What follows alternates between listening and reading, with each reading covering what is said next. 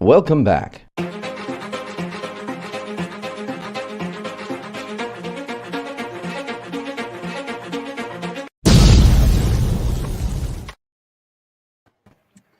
Today, I'm very excited to be joined by our co-host, Deborah Reynolds, who is the founder and president of About Face Image Consulting. Deborah will be asking our exclusive guest focused questions about human behavior regarding sales, which will benefit you in our audience. Welcome, Deborah. Really happy to be here, Moreno. This is going to be a really great topic today, and I'm very excited about our guest, David. We are also very excited to be joined by a special guest, David Crawford, who is Vancouver's real estate expert. Welcome, David. Welcome, everybody. Thank you very much for having me. We can't wait to learn more about the essential components of personal connection for closing deals that will help us achieve our business goals. Before I hand over to Deborah, I will introduce our guest, whom many of you already know, with a few relevant and compelling highlights. David is a graduate of civil and structural engineering. His early profession led him into different areas of construction for 14 years, from constructing bridges to large commercial buildings to working on municipal projects for new subdivisions and remodeling older ones. He also built golf courses and installed large irrigation systems. Then, one day, a work-related accident forced him to move into a completely unexpected field of work. While working on a project for a realtor, David was asked if he would like to get involved in real estate. His engineering and construction background matched real estate perfectly. 29 years later, David's engineering background and people skills especially have proved invaluable, helping clients buy and sell real estate. Now, if you are an attendee with a burning question now or during the live event, type your question in the chat and David will address your question at the end. This is going to be a spellbinding session. Deborah, take it away. Thank you, Moreno. David, I'm really excited to talk to you because of your experience, your background of engineering. I mean, really working on the infrastructure, essentially, of cities and communities, and then moving into real estate is really an exciting venture. I mean, you truly have lots of people experience. So I wanted to be able to ask you a question, which is around your relationship with people in real estate. We're going to tie it back to, and our audience can tie it back to how it relates to them and their specific niche industry that they're working in to build relationships. But what should the critical initial introduction be like? Because you have a very special way of connecting with people when you initially introduce yourself. So tell us a little bit about that. Well, I think everyone gets a bit stressed out when this happens, and I really try to make people feel at ease. The conversation is always very light, and I try to really focus on them, their surroundings, if we're in certain situations, and to bring up things that are important to them. And I try to make it more humorous and take some of that pressure and stress off. And I have to tell you, that kind of introduction works well just to bring them at ease. I like what you're saying there. Here's my initial impression is that engineers actually they're more cerebral and they're actually thinking more analytically rather than building relationships with people because they're working with numbers and structures and math and physics and that sort of thing. So how did you develop these people skills initially to tie into those initial introductions? Because I'm thinking that you might have been a little bit of an introvert. So when you're first sort of initially talking with people, how do you connect with people initially? Well, to start off with, I was an introvert, and so I went to the Sandler Sales Institute and a few other things to learn how to be able to speak. And I just developed it from there. The humorous part is just me trying to make everyone feel comfortable. And I don't, but it's been a journey. There's no doubt about it. And even recently, I've had a different coach, and I've learned a bunch of stuff from him. And that was as recently as 2 years ago. So it's a never-ending thing to help and guide, who you're talking to and make them at ease and know, like, and trust you. So what would be sort of some of the initial things that you would bring up and talk about when you're first meeting people? Well, for me in real estate, it's obviously if they're going to buy or sell. And so most of the time it's all around their family. Like why, and of course, younger families have children and older, or maybe they're downsizing or whatever. So I try to use the Ford method, family, occupation, recreation, and dreams, but I never seem to get past the family one, because that's the most important when someone's looking at buying or selling real estate. It's all about family and their own circumstances. Other than that, it's their occupation and the location of where they have to live. But that's the only two really where I end up speaking mostly about, and I don't get much past the R&D part. Well, we're going to talk a little bit about that method a little bit later on, but I love what you had just said, where you're initially breaking the ice with the conversation of family, because really we're looking for common ground where we can Right. have a conversation and a connection. Family is a very natural thing, and a lot of love and compassion and empathy comes from that place of talking about family. I think that's a beautiful way to start building a connection with people. And then, of course, we're always thinking about, hey, what do you do? Your career and your business, because people spend a lot of time in that arena of their life as well. And talking about that becomes important. Tell us a little bit about how you actually pay attention to people and the skill set of listening. I want to hear more about that. Well, it's funny. We were just talking about this yesterday with someone else. And for me, I always, if I'm going to visit someone in their home, I always start at the sidewalk, and I look to see what's happening in their yard, how it is, if they're a green thumb or whatever. And I can bring that into the conversation when I meet with them. And also when I want to ask questions, especially if someone's a green thumb or whatever, it just breaks some of the ice when you can say, hey, Mrs. Jones, man, those tomatoes sure look delicious, right? And I just did that a couple of days ago. So, but it was true. And it helps, that kind of stuff helps break the ice. And also when you walk into the home, you need to pay attention to what's there. Artwork. Another client of mine had a brand new baby grand piano. Well, I used to have one. So we talked about that for quite a while. So it's anything that brings up some kind of common ground, and anything that you can see in the surroundings that would help them feel more comfortable while you're breaking the ice. I really love what you said about this, about the paying attention of what's immediately in front of you. Because what I find is when we're talking to a lot of people, they're actually thinking, or their mind goes to past thoughts, or it goes to what's happening in the future. And rarely are people very present and focused on what's going on around them. And homing in on those skill sets, which you have done, obviously, about being present and paying attention to what's around these individuals, what kinds of items or things they've surrounded themselves with in their yard or in their home, are really indicators of where their love and their interests are. And that's how you can build a connection. That's powerful, David. I love that. Yeah, well, that's it works, and it's not, but it's genuine, because I'm totally interested in everything. I'm just that way.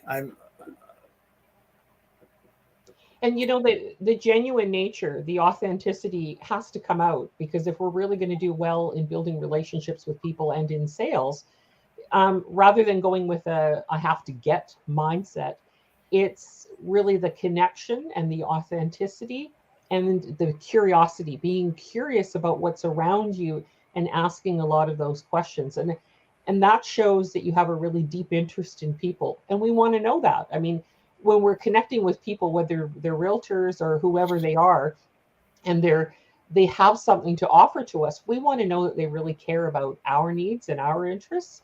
That's what makes the difference. And I so appreciate about your, what you shared with that. It's truly valuable. Those are really valuable tips. So let me delve into another question that has to do with your nature. Naturally, you are more of an introvert. So does asking questions actually make you feel introverted, like afraid or uncomfortable? Like, how do you maneuver through that? And then I want to hear more about this Ford method that you're using. It's like, for me to get into real estate, I mean, it was a total different field for sure, and a whole different set of skill sets. And I so I had a hard time asking questions. And for starters, I would just go up to the door and say, "Hey, it's David Crawford," and introduce myself. "Are you thinking of selling your home?" Well, I got a lot of no's. And so you learn really quickly you need to change something up. And so I came across this FORD method, and I don't know where I saw that or whatever, but it's family for F, O for occupation, R for recreation, D for dreams. And when you start out, everyone wants to talk about their family, and it's genuine. And that's where I always start. Unless I'm at some other function and you're at the ball game or something like that, it's a different story. But when you're in someone's home and you can see they've got kids, and it's really, really important. What's important to them for their family. And then once the family is kind of, what do I say? We can move into, say, their occupation. And then hence, are you moving to where, why, what, and when because of your situation or your family? Like, I have a family right now that's moving from somewhere to somewhere else just because their kids are going to a specific school. So it's hmm.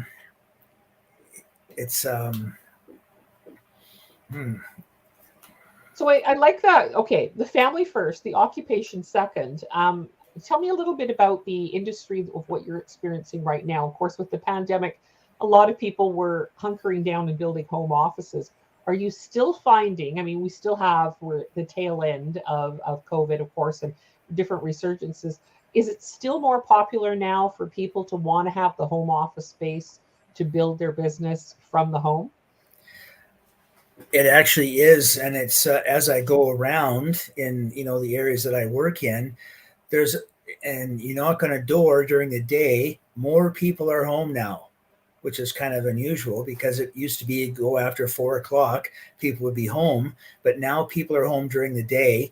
Now, they don't always answer the door because they could be on the phone or working or whatever, but I see a lot more people working from home.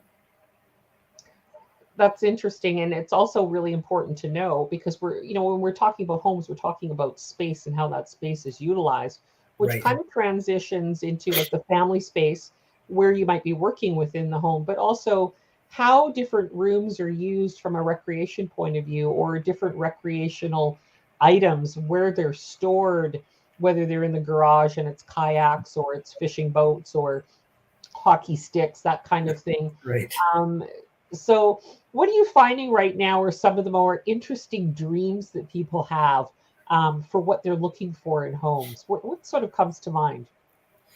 Well, that's a really good question because it's most people are heading out of the metropolitan down Vancouver area, going to smaller areas that are quieter. They get more bang for their buck, and they need to upsize their home from a 1 bedroom or a 2 bedroom to a 3 and 4. I have a lot of families where both husband and wife need to work out of the house. So it's imperative that they have their own separate space and quiet, secluded space while they're working during the day.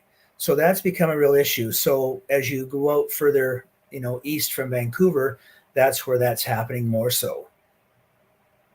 I like that. I mean, I grew up in the Vancouver area, and of course, I specifically chose a larger family home, which would accommodate a step family environment. But I needed to have a home office, and I was pretty specific about it. I wanted it facing east. I was a morning person. I wanted the sun flooding the room. I also wanted lots and lots of spaces for bookshelves because I love to read. So now that we've moved to the interior, because I actually live in the Kelowna area now, the same thing was looking for a space where I could do my business from home. I could have a quiet space. I could do recordings. I could have lots of bookshelves to be able to house all my favorite items. So those things become really important. And it's interesting how you talk about the recreation part of it. Um, we love walking, so we're really close to the beach. We're really close to a canyon area where we can do some hill work and a little bit of hiking. Those things are really, really important to us, and that lifestyle is quite a bit different than what it used to be. I really appreciate the quiet. I appreciate going outside in the evenings and actually being able to see the stars. That's Right. really cool. That's, we've now achieved that. We're really, really happy with that. So let's move into another question here, which is, it's sort of time you built that relationship and the connection, but it's time to ask for the business. So how do you actually overcome that feeling of awkwardness to ask for the business, to get that connection, the sale? Well, that's of all the questions, this is probably the most difficult one for myself and probably for a lot of people. But I just kind of flow it into with what they've divulged to me, and where I can focus them. And I basically just spell it out.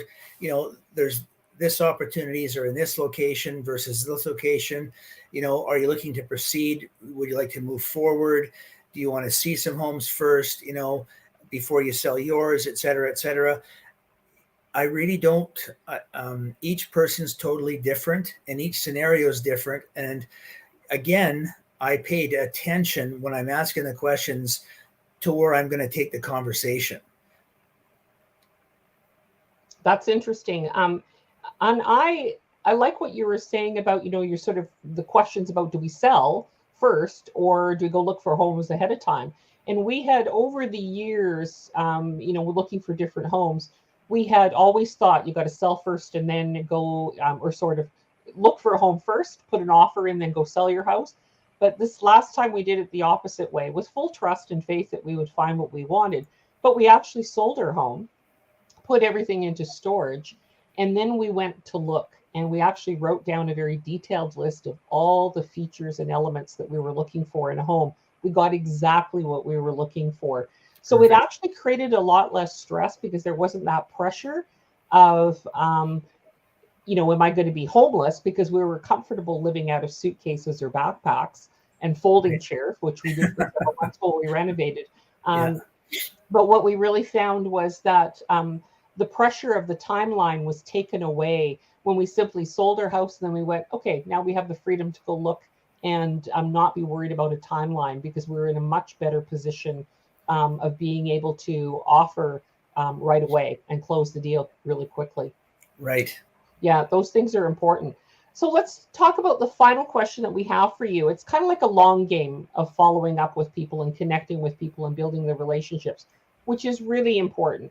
So tell us about your strategy to actually stay in touch and follow up. Well, again, this has been a long journey itself too, and over the years you learn different scenarios of what to do, and we haven't done a very good job of it in the first, I don't know how many years.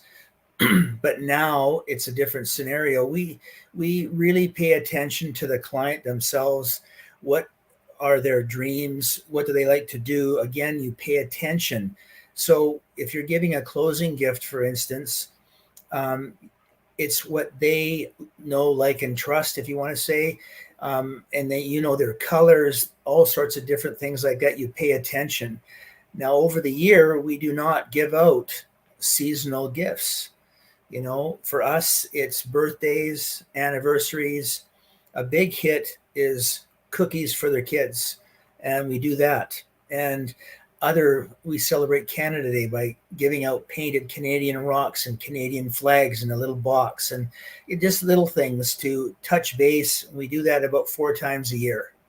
And in amongst the other times that we don't see them personally, they are updated every month with information what's pertaining to their specific area.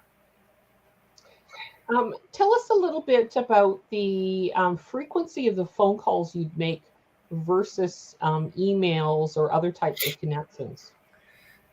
Well, for us, we are on these CRMs that have a drip campaign. Yes, they all get that. But I make sure to contact everybody at least once every 90 days.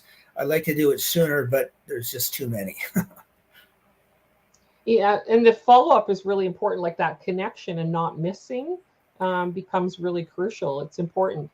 You know what? We actually have some questions from our audience, and I want to be able to ask some of those. Michael Roswaldo had said, he says, I have a fear approaching strangers. What is the best way around that? And I love your Ford method, but do you have any other suggestions of how you approach people? Well, again, you need to pay attention to your surroundings. Where are you? So, for instance, we're at the ball game on Friday afternoon, and I've never been to a ball game, the Vancouver Canadians, ever, and it was awesome. But there's people all over the place sitting beside you, and it's easy to break the ice. You just say, "Hey, have you been to any of the games before?" It's being present as to where you are and asking the questions that are pertinent to that situation, and that breaks the ice. And he's brought his children there. It was before school, I think it was, or it was school, I can't remember. But anyway, I just pay attention, and I just find it easier to talk to people based on what the situation is at that particular time, and then you can elaborate after that. Yeah, those are really good tips. Now we have another question from Colette. She says, to actively listen, there should be no distractions. So, what do we do when unexpectedly there are interruptions? How have you handled that in the past? Well, I'm not sure what the distraction might be, but if there could be an emergency, you don't really know, and whether you have to stop the meeting and reschedule, I'm totally understanding of that situation, whatever it is, and we reschedule. That I hope that answered the question. I haven't really had any experience with something like that in the past. Yeah, that would be Colette. I'm really going to encourage you that on the LinkedIn Live when we posted on the LinkedIn page, that you post the question again and feel free to ask the question again, Yeah. and David can answer it and respond as well. Evan says, "I have fear approaching strangers. So, what is the best way around that?" So I don't know, like I just walk around. I talk to everybody. Okay. If someone's out at the Safeway grabbing a Shaw bike, I might say, "Oh, nice day for a ride. Where are you heading?" And we just chit chat a little bit. I hand him a business card. So, it's just where you're at in the moment and what they're doing and paying attention. I know it's difficult, but if you concentrate on the Ford and family and occupation for starters, that really helps break the ice. And depending on your situation, if you're standing in a long line up at the grocery store, and I do that a lot at the grocery store. So it's amazing when you're standing there who you can talk to. And I don't know. It's a learned trait. There's no doubt about it. And it's practice, practice, practice. I agree with you that it definitely is a practice and it is a learned trait. It actually takes time to build those connections. One of the strategies that I found works really well is it's a question and then you make a statement, question, statement, rather than constantly asking questions, which can almost feel like an interrogation. So Right. sometimes the approach, but I love the Ford method. It is really simple and easy to remember. Right. The family, the occupation, the recreation, and the dreams. Really, really important things. And I think there might be if let me see. Another question was, if the first introduction goes bad, is there a second chance? Well, that's not up to me. That's up to them. So, I don't know. When it goes bad, I'm not. I'm sure that I'm not sure why it would go bad. People have. If for my own situation, I might be competing against 2, 3, or 4 other people, and there's inevitably you're not going to get chosen every time, and so I'm not really sure how that happened, what the feeling is and how that ends. It's not very comfortable. I know that. You know, I always think of when you kind of blow that first opportunity, and that you got to remember there's an endless amount of people that are out there, and there's always going to be another opportunity, an opportunity the same day to connect with somebody. And I think we just have to have that inner knowing and that inner belief and faith that that's actually going to happen. And the people that you're going to connect with naturally from your own values, your own personality, your own loving curiosity and nature about you, it's going to happen. It's going to happen naturally. And you just have to step forward and make that connection. Right. So I believe that we're at the end of our time right now, Moreno. Holy cow. Goes fast, doesn't it? It does. Oh, Moreno, I think you're on mute. Oh, I can't hear you. Nobody can hear me. That's right. Thank you for pointing that out. You see, there's something that can go wrong, David. Happens to anyone. As I was saying, that was 30 minutes of abundant value from you. Those are the questions that we have for today. Thank you so much for sharing your distinctiveness and knowledge with us. We appreciate you, David, taking the time to be thank you. with us. It's an honor to be here. Thank you. And of course, Deborah, thank you so much for co-hosting our You Now Online Live, where we give business owners an easy, quick way of increasing their visibility, exposure, and influence. My pleasure, Moreno. Always happy to be here. Thank you, David. Wonderful. Real pleasure, Deborah. And to our attendees, a big thank you. Now it is your opportunity to be next on You Now Online Live. It's easier than you think. Start increasing your visibility, exposure, and influence the quick and easy way. The application to be our next guest is on this page or on the live chat. Also watch the 40-second end slide video. And in the meantime, to your continued success and good health, goodbye until we meet next time. Following are the benefits when you stream live. You get more visibility, exposure, and influence. More people will know, like, and trust you when you're seen and heard on live video. You are invited to be our next guest on LinkedIn Live. Take action. Apply now. You have nothing to lose. It is easier than you think. Click on the You Now Online Live link, which is on this page and the chat. Start increasing your visibility, exposure, and influence now.